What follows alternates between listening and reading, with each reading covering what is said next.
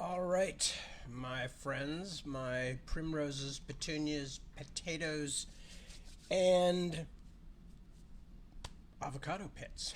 I don't know. Good to see you. I'm Tad. I will be here for about the next hour reading. Welcome, good morning, good afternoon, good evening, wherever in the world you may happen to be. I am in what we call Northern California, although really it's right in the middle of the state. At least coast-wise it is. And I am at 1 o'clock in the morning here, so not an uncommon time for me and not an unfamiliar time. We're having a small cat riot in the background. Anyway, I hope you all are well. I am doing fine, all things considered. I actually, yeah, there's a definite cat riot going on. I don't know if you can. Oh, there we go. Hang on. There, it's a fight to the death. Idiot cats. They always wait until I'm doing something, and then it's all hands to the pumps, and it's time to fight. Anyway, I'm doing fine. I actually took the day off today. I was recovering from a cold and knew I would have to be reading tonight. And also, my wrists and hands were hurting like crazy. So I said, okay, after like 14, 15 straight days of work, maybe I should take a day off and just let my arms and wrists recover. So that's what I did. And it's definitely not an easy thing to do, I have to say. Because of course I can't do much of anything else if I'm trying to get those of you who've had hand and wrist problems know how many things that we do with our hands and our wrists, and how much of our daily life and the ways that we entertain ourselves or otherwise use time are hand and wrist oriented. And I'm talking about everything from holding up a phone to typing on a keyboard to even using the remote on a television, especially these days, because the particular television service which we've got decided we need a completely redesigned television remote to use our equipment. And what they've done is made all the buttons really small and really low and really flat, and harder to push. So if you're like me and you tend to kind of flip around channel to channel, you're just constantly using your wrists and thumbs and fingers and all that stuff, and it absolutely does not work when you're trying to relax your arms and wrists and hands. So basically I just lay on the bed and listen to music most of the day, which sounds like fun, and it's definitely nice thing to do, but it's very frustrating when you have work and you're used to doing work pretty much every day. Anyway, enough about that. We also had a huge rainstorm moved through in the early part of the day today. So, of course, Big Dog Johnny was miserable, but no surprise there, and I was prepared for it, and I dosed him with calming chews and all that stuff. So, and he's feeling much better now because it's all past. I don't think we're expecting any more. So he's back to almost normal. Nothing else really to relate. Still have work to do, trying to finish up the Ordinary Farm first draft, which I'm polishing now so I can hand it to some other people to read. I have a friend and fan in Germany who is going to read it, and Deborah, who wrote the first draft and will barely recognize the rewrite because I had to change so much. Not, again, I hasten to say because of her first draft, but because the plans had changed and I realized certain things that we had left out of the first draft that really needed to be straightened out, especially if this is going to be, essentially the last book in a series. For some reason, I always run into trouble with these last books of a series thing. I don't know why. Not that this one is going to be like 3 times as long as the others. No, it's in the same general ballpark. But still, I feel a certain responsibility when finishing a series of any kind. But, several books. In the case of Ordinary Farm, it's been like 15 years, I think, or something like that. So I feel even more responsibility to give people answers to things in the final volume, and answer that you solve the mysteries, reveal the puzzles and the answers to the puzzles, etc., etc. So it requires a certain amount of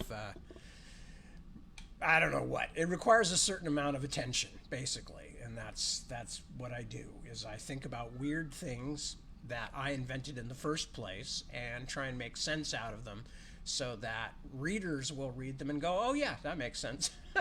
That's it. That's it in a nutshell, folks. I wish I could tell you that my job was more interesting or complicated than that, but I make things up and then I try and stay consistent to the things I've made up. Anyway, let me check in and see if we have any people dropping in. Okay, so, oh, all right, good. Glad to see. All right, who's here? So Ivan is here. Hello, buddy. Good to see you. Kristen, as always, one of our most loyal listeners, and a pleasure, Kristen. Always good to see you. Isaac. Hello, Isaac. And Andre. Hello, Andre. And Bernard. Bernard Staber.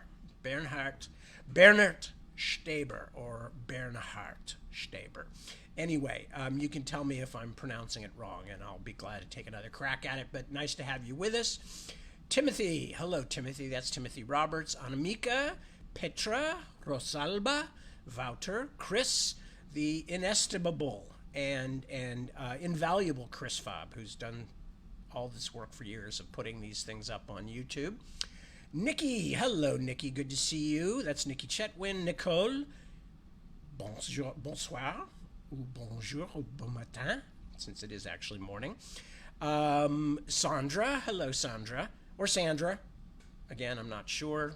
We should have like little orthographic marks on everything so I will know how to spell them. Or I will know how to pronounce them. Carol. Hello, Carol. Hello, Penny. Good to see you. Mark Redmond, checking in from Yorkshire. And Christy. That's Christy Sanders. So, a pleasure to see everybody. And nice to have you with me, and nice to be with you, if you understand what I'm saying there. It's really interesting, this whole process. I mean, what are we at, like 350, 360 readings now? Which, if this were, if I was reading every day, that would still be a solid year. Not very many. I mean, this is a smallish audience, which doesn't bother me at all. Anybody who knows me knows that I am perfectly happy that anybody is willing to listen to me, to pay any attention to what I have to say, and that's a bit of humility that I learned from my mother a long time ago, so it's an interesting group because it's an intimate group. I don't know how many, but it's not that many people, and it's very nice. I consider it to be a meeting with friends, and I actually, the times that I can't do it, like for instance when I'm going to be going on tour in a few weeks, I miss it. I miss seeing you guys. So there you go. Anything else? By the way, I think I've told you guys this before, but if anybody has any actual questions they want to ask me, I'm always happy to try and answer them, whether about my work or my life or anything. As I said, I try to keep this. Okay, Sandra says she is Austrian, so it's German-like pronounced. So Sandra. Okay. And Isaac's cats are hunting a fly. And Nicole is checking in from London. Very nice, very nice. You will not find out the Witchwood crown in London, my dear. You will have to wait until the end of The Navigator's Children, where the Witchwood crown is finally revealed in all its splendor. Okay, so as I said, though, I'm always very interested. Andre asks if Andre's asking if did anybody see the new German paperback of Traumjäger und Goldfurt with paw prints on the edge? No, I haven't seen it. I'd love to see it. Anamika, I don't think that was a spoiler, was it? Are you talking about my reference about the Witchwood crown? I didn't say what it was or if it was actually a thing or a concept or whatever. I just said it'll show up there will be an answer, which I felt was important, because basically it's been an ongoing mystery through the whole thing. The first volume is named after it.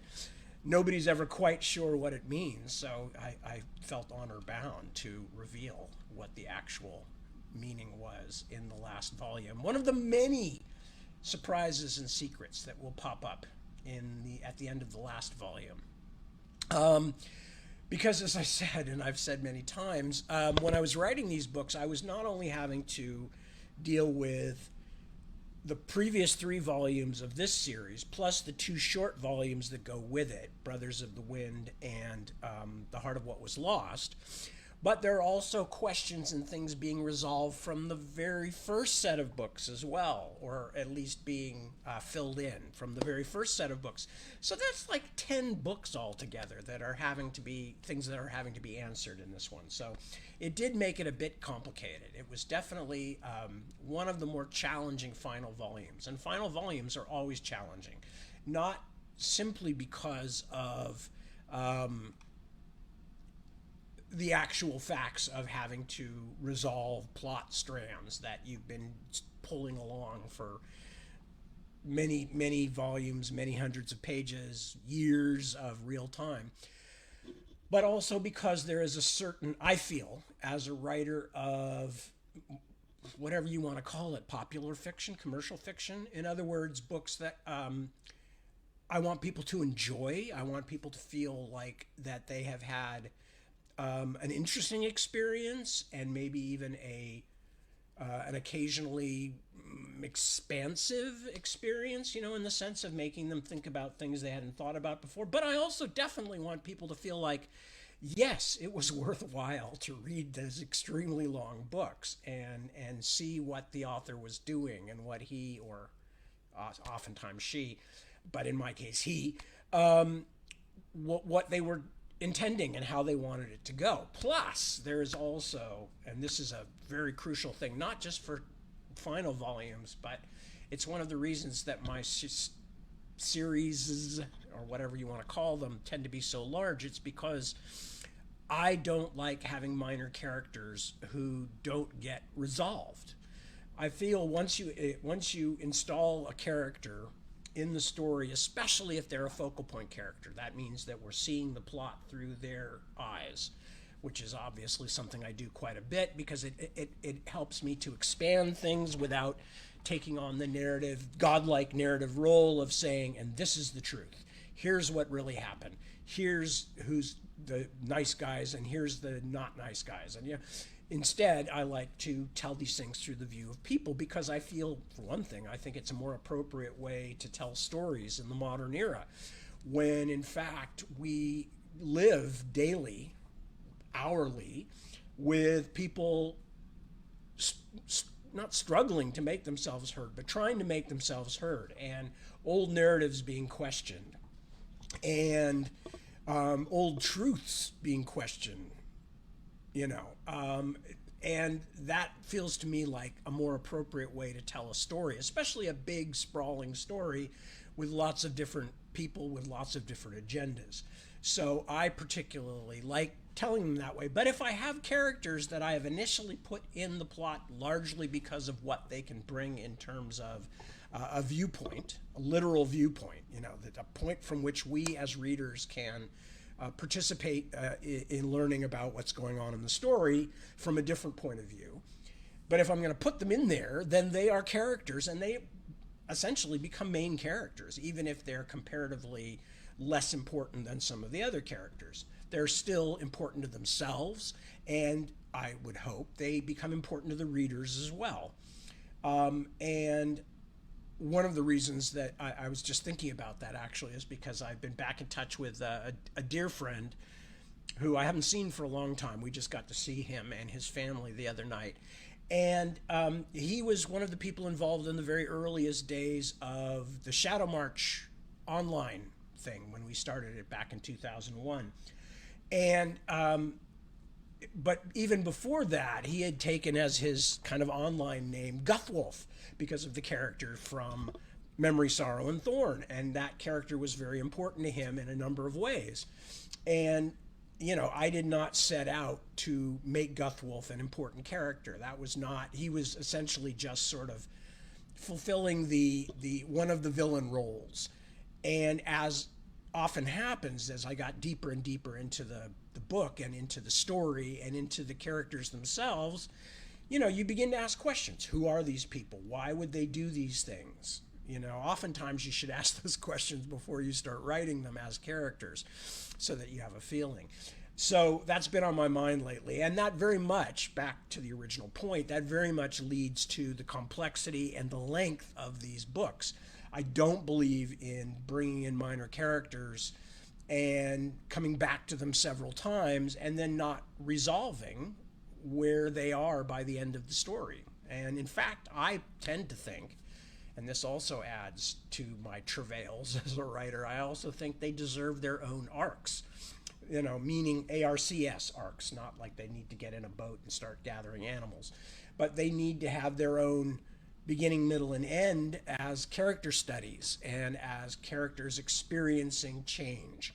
So all of this put together means I keep writing these really long books with really complicated plots, and the last books are always hell. But I'm saying this from the vantage point of being done now with The Navigator's Children. And although I am going to be doing more Ostenard stuff, my next projects are not going to have anything to do with The Navigator's Children storyline. In fact, it's going to take place about 400 years or so before the sort of present day of Ostenard, if that makes any sense.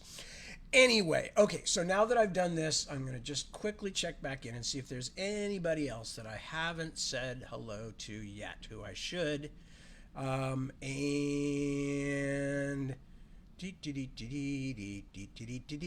no, I think I got everybody. Yep. All right, looks like I've got everyone. Okay, so then I think what I'm going to do actually is start reading. God, it's already 17 minutes after, and I've babbled the night away. So where do we go? There we are. Okay, so last thing we were working on in the Witchwood Crown, which is what, of course, we're reading, and which we're most of the way through. The last kind of thing, we've only got about 100 and something pages to go, was that Count Eolair with Prince Morgan, who is, of course, the grandchild of Simon and Miriamel, the grandson, one of two grandchildren, have finally found the Scythe. And in finding the Scythe, they have found Aditu and Jiriki. And they have just discovered that Jiriki and Aditu's mother, Likimea, was at some time in the past, fairly recent past, was ambushed by mortals and was almost killed, and only she and one other person of their party survived. We don't know who that other person is at this point. And that she has been in essentially something not unlike the Keta Yindra, the long sleep that Queen Utuku of the Norns was in. So she's kind of hovering in the borderland between life and death, and has been that way. But for the first time, and surprisingly enough, with Morgan, to Morgan, she has communicated. And that was what just happened. They took Morgan and Eolair in to see Likimea in her shroud of butterfly silk. And she actually communicated, and she said, what did she say? She said, all the voices lie except the one that whispers, and that one will steal away the world. And that's what she said that Morgan understood. So now we're going to the next section, which is about Morgan, but from Morgan's point of view. Morgan could hardly feel his feet as he walked, or his head either.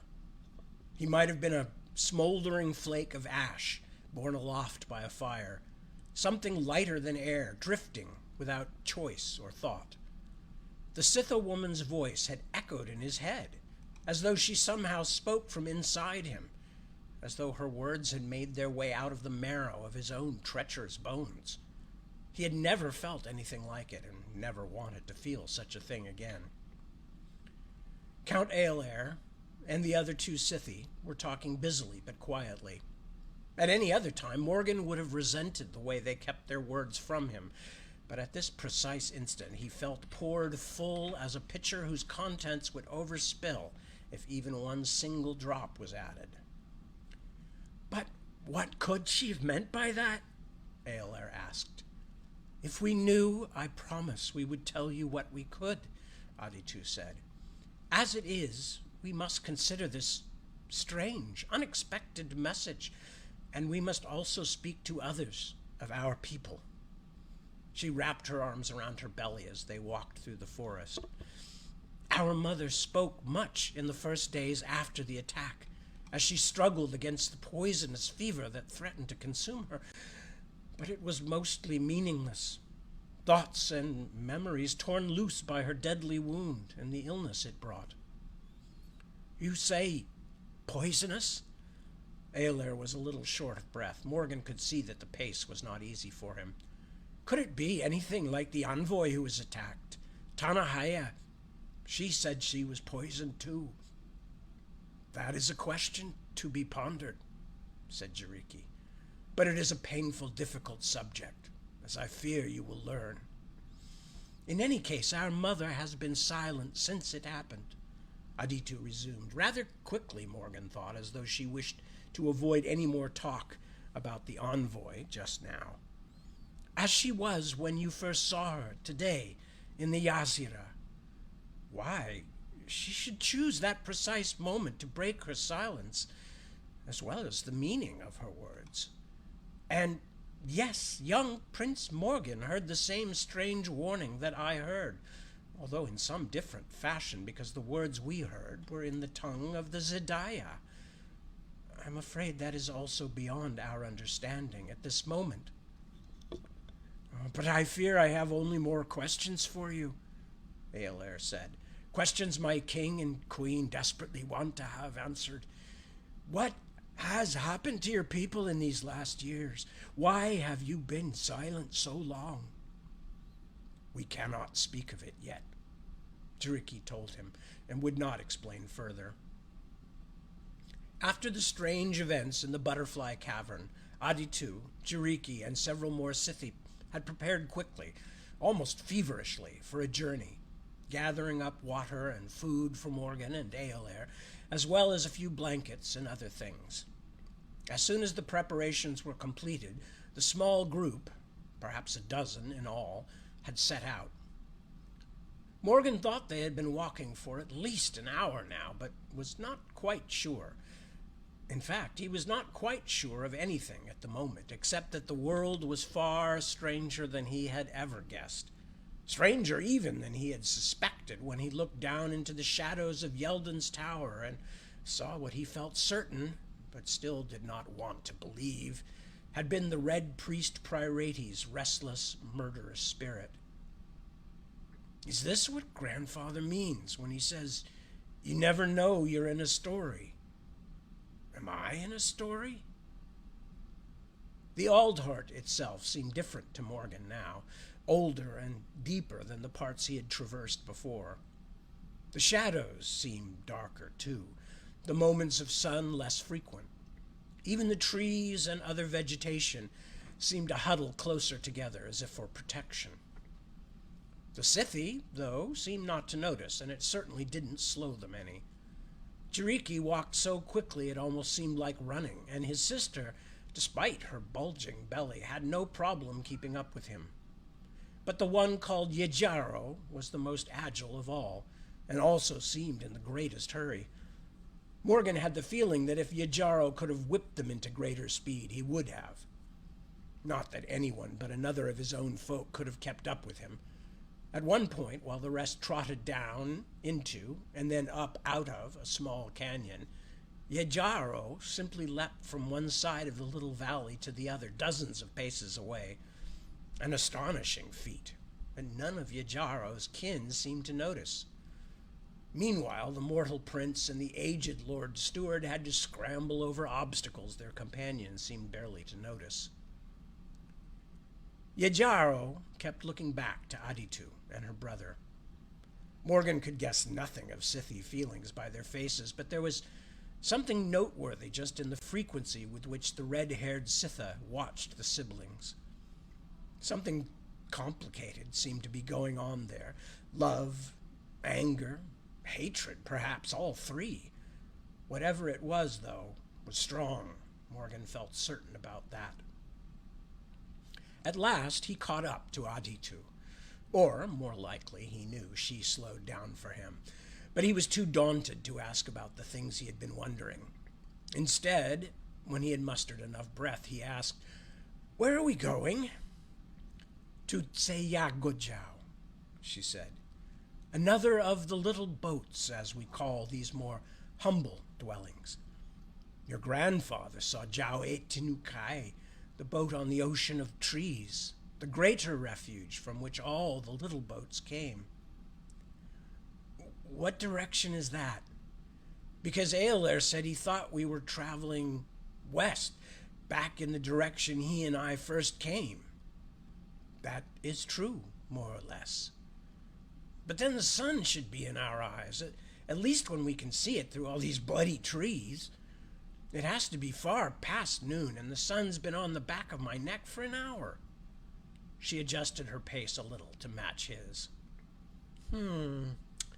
"Did your grandfather ever teach you to play shent?" He tried. In truth, it had been one of the most frustrating things Morgan could remember.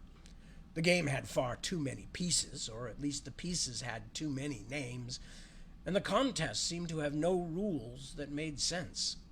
Instead, it was full of useless directions, such as, "Consider the point from which you started," or "Follow the wind."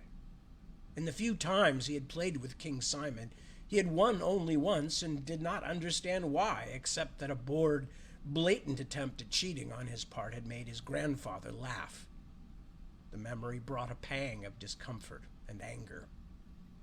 I could never do it right. It is about different ways of thinking. That is why I asked. Yes, the sun is on your neck. Yes, we are traveling west. Some things are more slippery than you think they are. She reached out and patted his arm, her touch light as a bird's wing, then sped her pace again. Morgan could only struggle to keep up. What seemed a good part of the afternoon had passed when they finally reached a quiet lake, hidden among the trees, a blue gem darker than the sky. Scythe, dressed in pale green and gray, waited there, tending a tiny harbor, complete with what looked to Morgan like a very flimsy dock and several flatboats made of woven willow branches. Morgan, Aolair, and all the Scythe climbed into one of the boats and were soon poling themselves silently across the lake. On the far side, they slipped into a hidden river where Morgan had seen nothing but reeds, then made their way up it for some time. At last they began to pass strange structures made of willow branches and thorns that had been raised on both banks, like defensive walls, but impossibly fragile. As they moved farther upstream, the walls occasionally rose to join over the top of the water, so that he and his fellow passengers seemed to float through tunnels of gray wood and black thorn. Not long after that, Morgan began to notice more Scythe crouching behind these structures, watching their boat pass from expressionless golden eyes.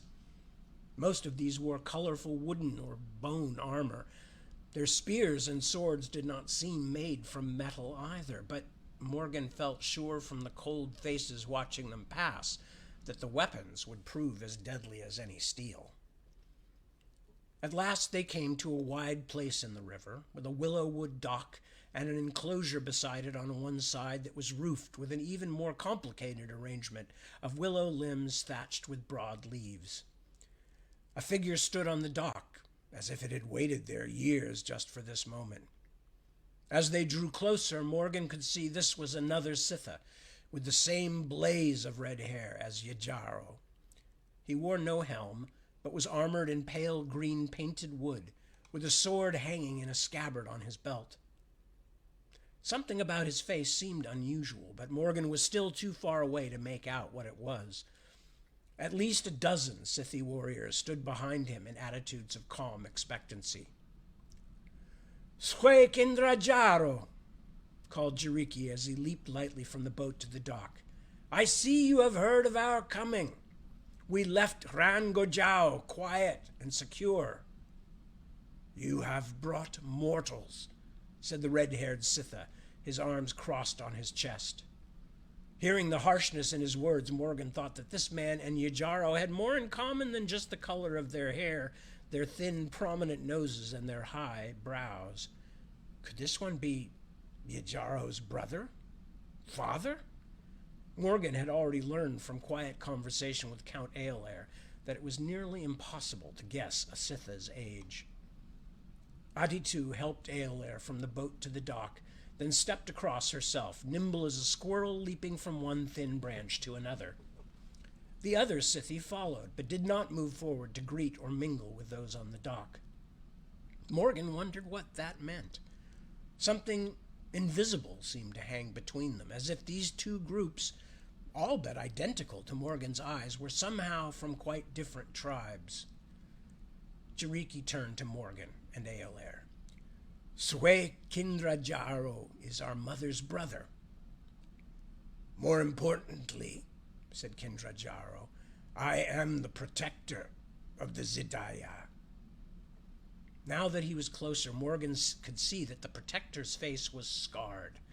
Something had cut him from the left edge of his mouth up almost to his cheekbone, and it had not healed well. Not only did the scar give him a persistent and disturbing half-smile, but at the top end it pulled his eyelid down into a squint. "We have news, Kendrajaro," said Aditu. The red-haired Scytha raised his hand. "And this news meant you thought it appropriate to bring mortals here? To me?" "We did what," was all Jiriki had a chance to say before Kendrajaro interrupted him, taking a step toward Count Eolair. "Know that it is only the old alliance between my people and yours, Hernistir man, that prevents me from killing you both on the spot." His voice was not loud, but something hard in it carried right to Morgan's ear like a shout. "As it is, honor demands that you two be allowed to leave this place. But that is all. Whatever knowledge you seek, whatever bargain you hope for, it is denied before you even ask. Now, go. Leave this forest now, or even the old, hallowed memory of your noble Sinah and the battle of Ereb Irigu, when our people fought together, will not save your miserable lives." Chapter 49, Blood as Black as Night. Jarnolf and the Hikedaya had climbed well beyond Ormsheim's broad skirts, but although they had been pulling themselves upward for days now, until even the tallest of the nearby peaks lay below them, the bulk of the great mountain still towered high above. "We shall have to go rope together soon," Jarnolf said as they rested at the end of a hard day's labor, deep in a vertical crevice in the rocky mountain face. "I decide what we do or do not do," Mako told him. The wounds the Norn chieftain had received at the hands of the Skaliyar had made him even colder and more unpleasant. Jarnolf did not have the strength for an argument, though, or even for a shrug. For the 100th time, he wished he could have encountered the chieftain alone in the wilderness, so that he could have treated with the cold-eyed murderer as he deserved. He had been traveling with the Hikedaya so long now that sometimes he actually forgot what they had done to him, how much he loathed them all. The crevice where they sheltered was deep enough that Jarnolf actually had room to lie down. He had long believed himself all but impervious to heights and cold, but was now wishing that he could just stay here in this place and never move again. His legs and arms throbbed from the day's effort, so that he did not think he could fall asleep, and he knew that at first light their climb would begin again. The only small solace was that Mako and the other Hikedaya had agreed it would be safer to climb in daylight, since there was little fear of their mission being discovered now that they had traveled so far above the world. Aching and exhausted, Jarnolf himself no longer had any true idea of what he was doing here. His great goal, his sworn purpose, had not changed, but this seemed more and more like an almost ridiculously bad way to go about achieving it. I should have stuck to killing them off in ones and twos. Not only did it give me a certain pleasure, but I also had a lifelong vocation. Now I have risked everything on a single throw of the dice, all or nothing. Father would not have approved. But was that true? Father had been cautious by nature, but he had also often said, God does not lean down to give us his hand, whatever the church may say. He waits for us to climb as close as we can to him first. Certainly Jarnolf was doing as much climbing as even God could wish, but the rest of his motivations had become obscure to him, lost in the day-to-day ordinariness of traveling, even traveling with the hated Hikedaya. And there was Nezeru. What was it about the half-blood woman that puzzled and fascinated him so? It was nothing so simple as attraction, he had told himself many times. His devotion to God and his loathing of her kind assured him of that. But he had come to care about her in some way he did not completely understand, perhaps because he saw in her unthinking slogans and stunted emotions another victim of Hikedaya slavery. Or perhaps because she was young, he could still sense something of what she could be before the cold, cruel ways of Nakiga froze her forever. Whatever the case, Jarnolf could not deny the truth of his feelings. In moments of daydream, he even imagined sparing her alone out of all of them and bringing her into the hands of a loving God, something she had never known, and without the intercession of Jarnolf, White Hand, would never glimpse. Despite his immense size, Go-Gamgar was by far the best climber of them all, especially now that his hands were free. The Norns were graceful, agile, and sure, but the great leathery pads on the giant's hands and feet gripped the icy stone, and his strength was so great that he could lift even his own massive weight with a single one of his arms. In fact, the monster seemed almost happy to be exercising his skills this way, although it was hard to tell with such an evil-tempered creature. The only other time he showed good cheer was when one of his companions hurt themselves. Captors, Jarnolf reminded himself, not companions. Foul creature that he was, the monster still had less choice about being on this expedition than Jarnolf did.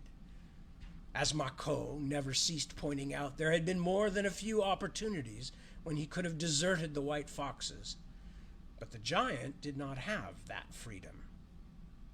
Why was the giant with them? Did the Norns really think even such a huge creature was enough to defeat a dragon? And what would they do with a dragon if they found one? Mako had said they wanted its blood, but that made no sense to Jarnolf. Not to mention that no dragon was going to give its blood up without a fight, a deadly fight. Prevented from escaping by the Witchwood collar and the Queen's gem, Go-Gamgar ranged far ahead of the rest of the company now, seeking out the best routes and clearing dangerous obstacles by sheer might. Mako never let him out of sight for long, though, perhaps fearing a sudden giant-caused avalanche. The only consistent noise on the mountainside, other than the crunch of snow and the hiss of breath the climbers made, were the arguments between the giant and Mako on those occasions when the chieftain used a lashing of pain to summon the giant back. Late in the afternoon, Mako shouted for Go-Gamgar to return for perhaps the dozenth time that day, but this time the giant did not appear. After a few moments, Mako took the crystal from its pouch and held it up, murmuring the words that Akinabe had taught him. A roar of pain and fury drifted to them, but the giant did not return. Mako raised the crystal rod again, and once more Go-Gamgar bellowed in rage, but still did not reappear.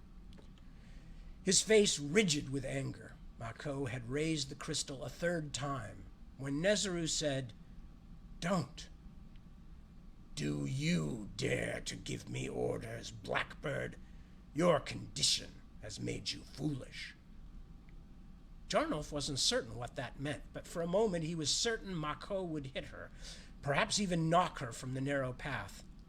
In that complicated instant, as he tried to decide what he would do, Nezaru told their leader, "Perhaps the giant has fallen, or something has fallen upon him. Would it not be better to see what has happened before we torture the brute any further?" Saomeiji, the singer, nodded his head.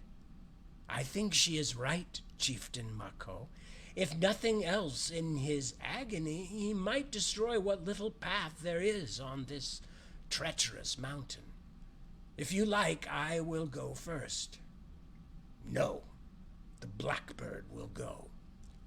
Mako's tone made it clear that there would be no further discussion. Nezaru took the lead, as nimbly as any of the pure-blood Hikidaya. Just watching her scramble up the sloping narrow path around the looming mountainside, nothing visible below her but fog and remorseless empty space, made Jarnolf, despite his own well-honed skills, feel as clumsy as a fat householder. She had only just vanished from sight when the rest of the hand heard her call in fear and excitement for them to hurry.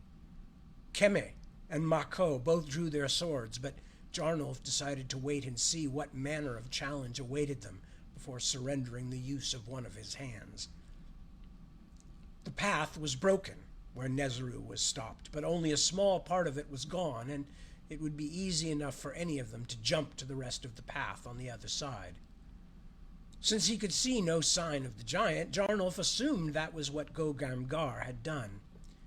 As he drew closer, though, he understood why Nezaru had stopped.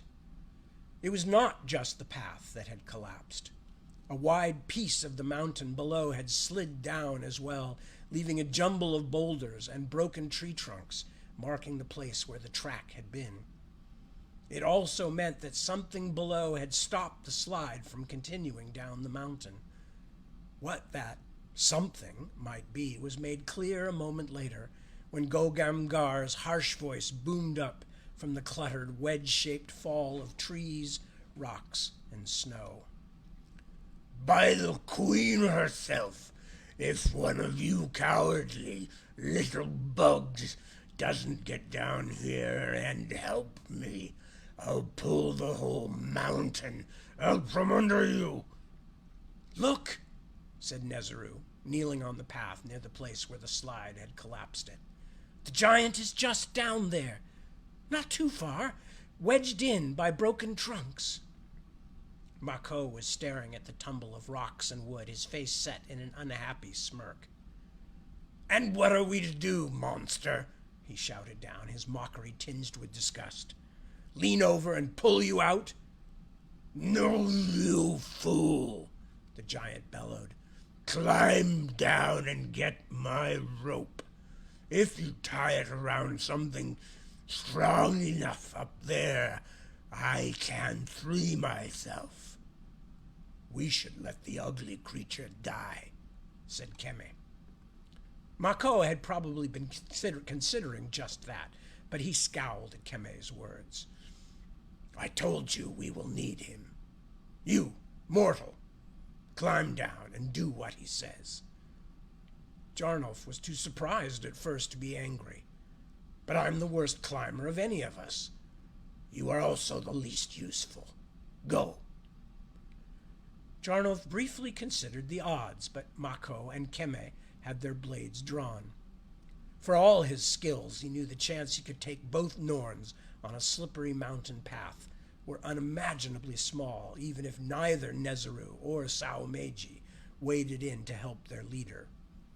He scowled, but Mako's fierce, bony face was hard as an ivory mask. "I will need a good rope," Jarnolf said at last by way of surrender. "I do not carry enough." "Take mine," Nezuru said.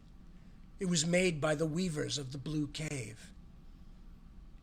He accepted the coil of silver-white cord from her, then found a stone outcropping that he could not budge no matter how he pulled. He tied one end around it, then pulled his gloves on tightly and lowered himself over the edge.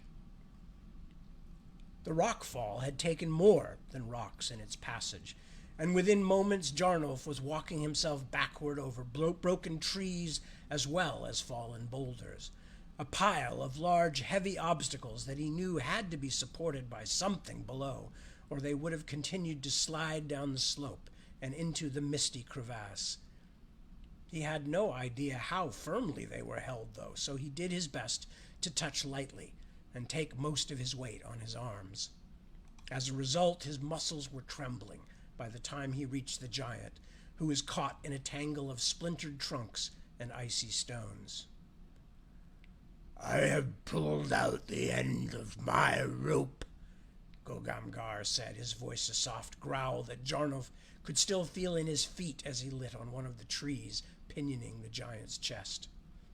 The giant's face was bloodied with dozens of scratches, which did not make him any handsomer. "Tie it to yours and send it up. Tell them to wrap it around something strong." Jarnolf considered this, but he did not want to be without a support of his own when the giant was breaking free of the rock slide. Instead, he took the massive cord, wide as his forearm, and draped a single astonishingly heavy loop of it over his shoulders, then worked his way a few yards back up the slope to where he could perch on solid mountain stone again. "Throw down another rope!" he shouted to the talons. It took a few moments, but another of the slender spider silk ropes spun down from above, which Jarnolf tied around the end of the giant's rope. "Now pull it up and tie it to something that will support his weight," he called. Jarnolf wanted to be well out of the way before Gogamgar began to break himself loose, so he swung a bit farther to the side of the rockfall. He missed his footing trying to land, and for a moment swung free over dizzying depths like a spider in a windstorm. By the time he had his footing again, the giant's rope had been drawn up out of sight. A short while later, Mako shouted something from the path, and although Jarnolf couldn't make out the words, the giant could. The rope tightened and creaked as the great creature put his weight on it.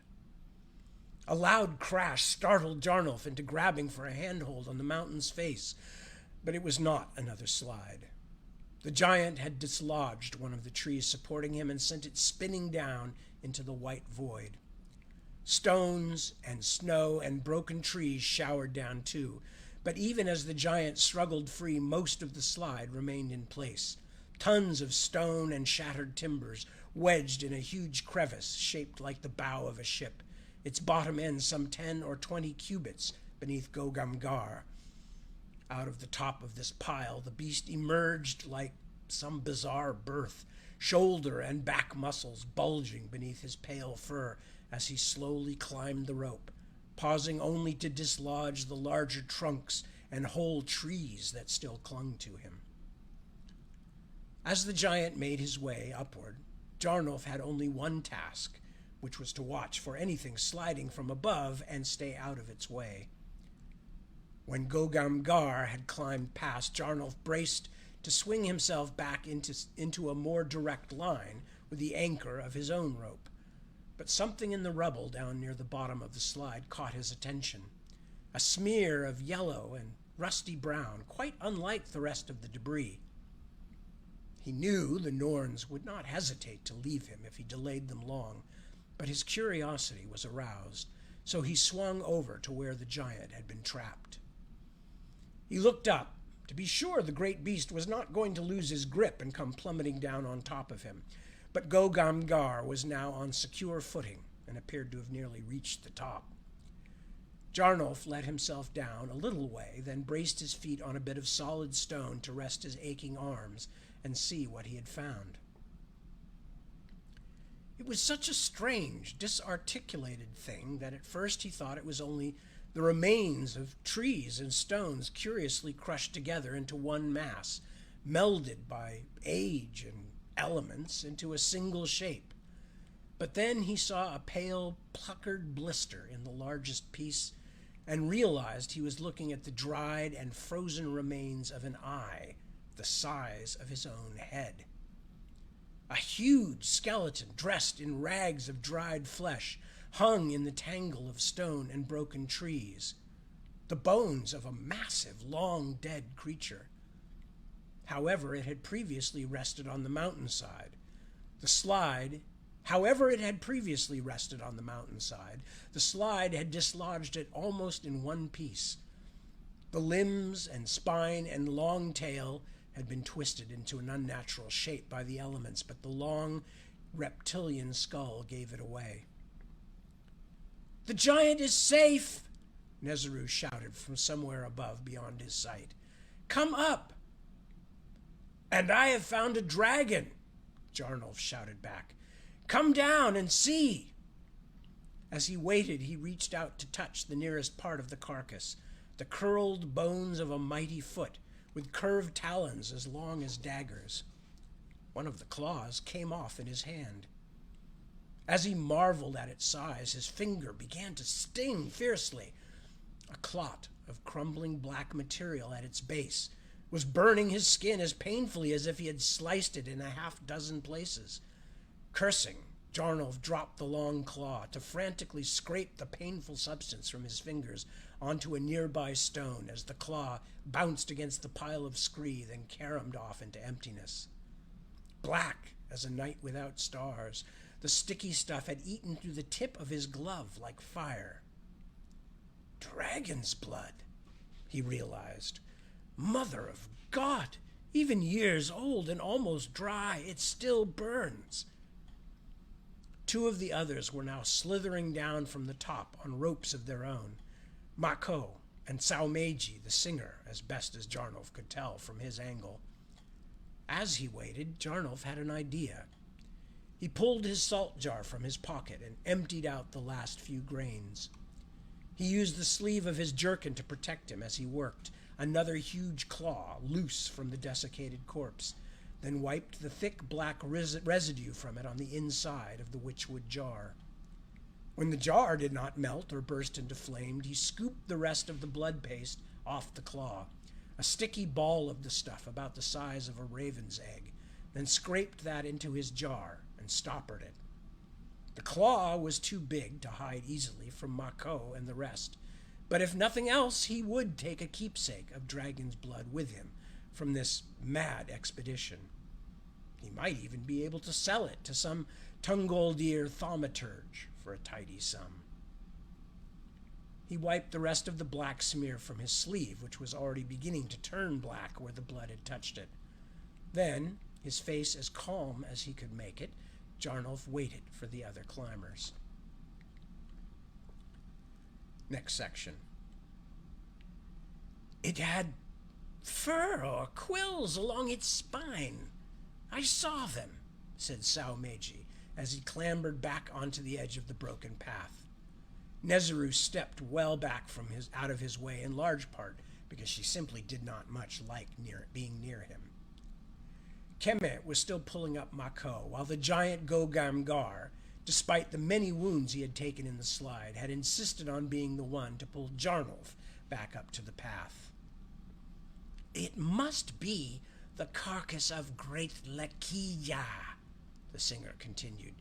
"Igjarjuk, as mortals named her, the daughter of great Hidohebi." "How long has the worm been dead?" Nezeru asked. "It does not matter," said Mako as he appeared from below, scowling fiercely. "A dead, bloodless dragon is no use to us."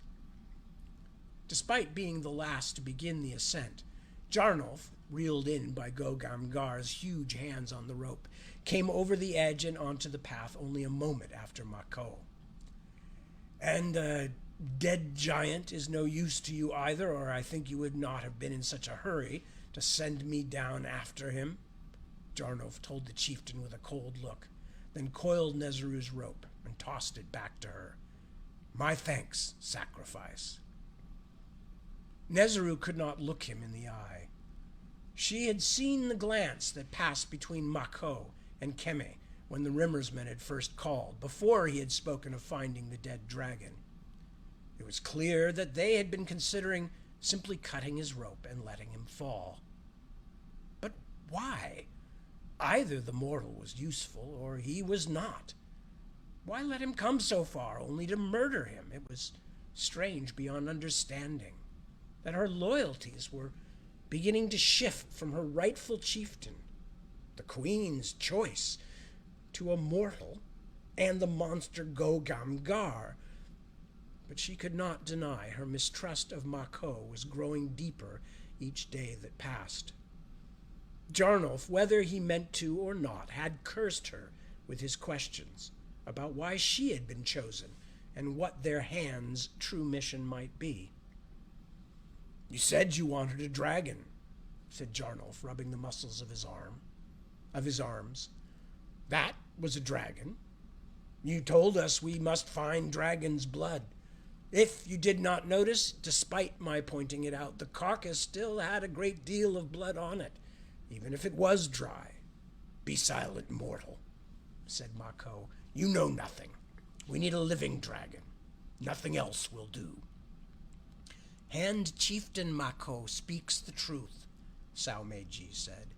Finding the dragon's carcass is a rare thing, and I will write the tale of what we found for the Onyx Library, but it does not fulfill Lord Akinabe's needs. The Queen's needs, I think you mean, said Mako. Of course, as you say. Sao Meiji quickly made the sign for peaceful withdrawal from conflict, but his face told Nezeru a more complicated story. Was the singer losing his patience with Mako as well? In any case, said Sao Meiji, it is getting dark and I do not like the look of the sky. We should find a place to shelter for the night. A good idea, said Jarnolf. I have almost no strength left in my limbs. By the voiceless ones, does every one of you think you have the right to give orders here? The dead dragon seemed to have put Mako in a foul mood, although his face, as always, was nearly empty of expression. I will say when we go, and when we stop. I will say what tasks we perform, and for whom. Does anyone doubt this? Nezeru knew better than to provoke the Hand Chieftain when such a mood was on him. As she turned away, the slanting light, filtered through thick mountain mists, made a strange shadow on the snow above the path. Perhaps the mortal would like to take a faster way down the mountain, suggested Keme. Plenty of time to regain his strength before he hits bottom. Perhaps you will take that trip with me. Jarnolf dropped his hand to the hilt of his sword. I can think of worse ways to go to my rest. What is that there? Nezeru asked. Nobody replied, and when she turned to see why, the others were ignoring her, staring at each other like suspicious dogs. Stop strutting and come here, she said. All of you. Chieftain, I think you should see this. Mako's tone was more disgusted than angry. What? What now? You cannot see it from there. I only noticed because I am close.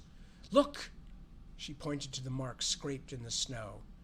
That is the print of something's foot. Something large. Keme shook his head in dismissal. We have seen many prints on this mountain. It is likely only the slot of a goat broadened as the snow melted. No goat made this, she said, unless goats have claws and are big as wagons. Mako's attention was finally caught. He came to stand beside her on the path, staring up the slope where she pointed. There, by itself, in the middle of an undisturbed patch of snow, was the track of some large creature, longer and wider than even Gogamgar's tracks, with 4 clawed toes. "By my masters," said Sao Meiji, joining them. "She's right." I'm going to go about another minute or two to get to the end of this section. "Could it be something like that rat thing we killed?" she asked Jarnolf. A larger one." He shook his head. "I have seen claws like that just moments ago, although these are smaller, thank—" He hesitated for a mere instant. Nezeru thought only she noticed it. "Thank the mother of all," he finished. "But if that is not a dragon's attack, but if that is not a dragon's track, what else could it be?" "So the creature left tracks before it fell to its death," said Keme. "What could that matter?" "Did you not see the dragon's carcass sacrifice, Keme?" said Sao Meiji. "It had been lying among the rocks of the mountainside for many, many years, not just frozen, but dried, like a saltfish from the hidden sea. And this dragon, from its prince, is far smaller." "A quarter the size, at most," agreed Jarnolf. "It is not the difference of size that tells the most important tale," Nezeru said, surprised by her own annoyance at their pointless disputes. "Do you not understand? This print is on new snow."